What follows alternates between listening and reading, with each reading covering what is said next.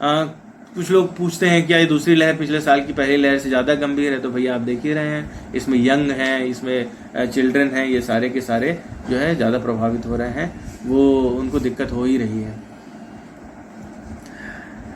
अब तीसरी चौथी पांचवी लहर आएगी क्या?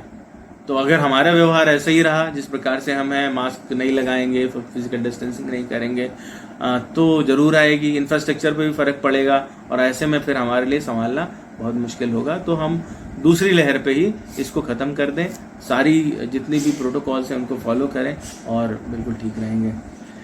बच्चों के संबंध में कि हम अपने बच्चे का कब कराएं टेस्ट, क्या परिस्थितियां हो सकती हैं, तो अगर सारे फैमिली मेम्बर पॉजिटिव हैं तो ऐसे में आपको कोरोना टेस्ट कराना चाहिए। और या फिर हम तब कराएं जब बच्चे को उस प्रकार के कोई लक्षण आ रहे हों।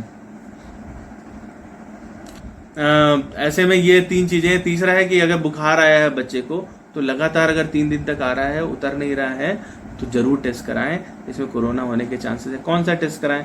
RT-PCR सबसे बेहतर है, नहीं हो तो एंटीजन टेस्ट करा सकते हैं। CT बच्चों में रिकमेंडेड नहीं है जब तक कि कोई आपको पीडियाट्रिशियन स्ट्रांगली रिकमेंड ना करे, तो CT हमको नहीं कराना चाहिए।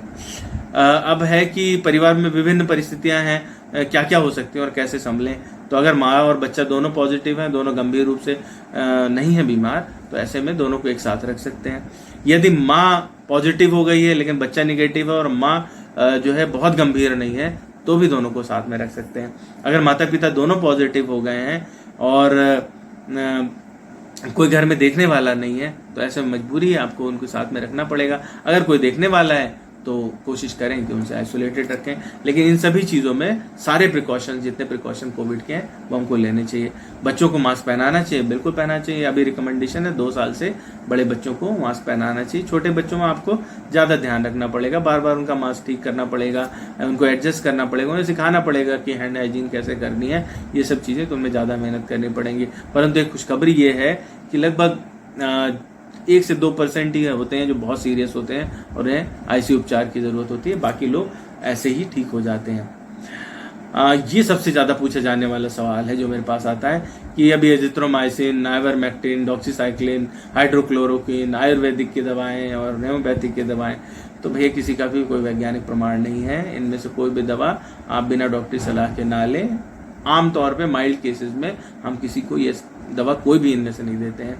आइवरमेक्टिन प्रोटोकॉल्स में है, तो आइवरमेक्टिन हमारे इंडियन गवर्नमेंट का प्रोटोकॉल है और ये फ़ायदा कर रही है, उसमें बहुत सारे रिसर्च हैं। हमारे पास में सबसे ज़्यादा पूछा जाने वाला सवाल है वापस कि हम स्टेरॉइड पहले से चल रहे हैं। कुछ वृद्ध लोग हैं जिनको आर्थ्राइल्जिया है, आर्थराइटिस है या किसी प्रकार का दूसरा ऑटो इम्यून डिसऑर्डर है, उनमें अगर स्टेरॉइड चल रहे हैं तो उनमें किसी प्रकार से बदलाव की आवश्यकता नहीं है।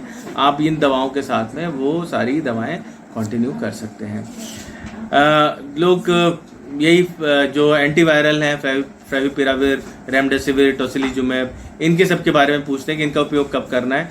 तो जितनी भी रिसर्च हैं वो सब यही कहती हैं कि इनकी बहुत ही सीमित उपयोगिता है। इसमें सिर्फ एक ही दवाई है रेमडेसिविर, वो तभी इस्तेमाल की जाती है जब मरीज ऑक्सीजन डिपेंडेंट है और वो शुरुआती दिनों में गंभीर रूप से पीड़ित है, तभी रेमडेसिविर की उपयोगिता है, अन्यथा इसकी भी उपयोगिता नहीं है। तो बाकी के तो बारे में कोई भी वैज्ञानिक तथ्य अभी नहीं बता रहे हैं कि एकदम ये जान बचाने वाली दवाएं ही हैं।